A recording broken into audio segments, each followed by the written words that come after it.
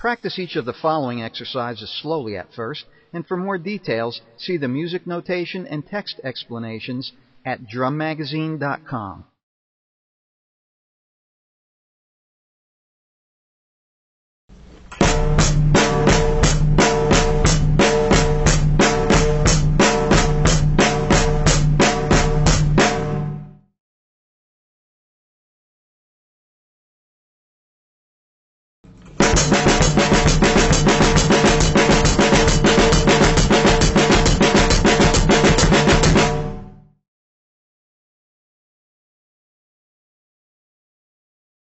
You notice in exercise 2, in the second measure, the left hand moves counterclockwise around the drum set while you're still playing the Swiss Army triplet pattern.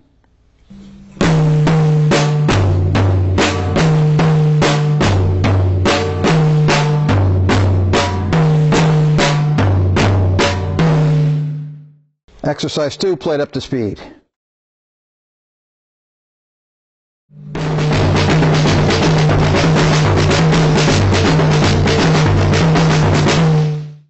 If you're having trouble with these exercises or getting up to speed, be sure to visit me at tensionfreedrumming.com.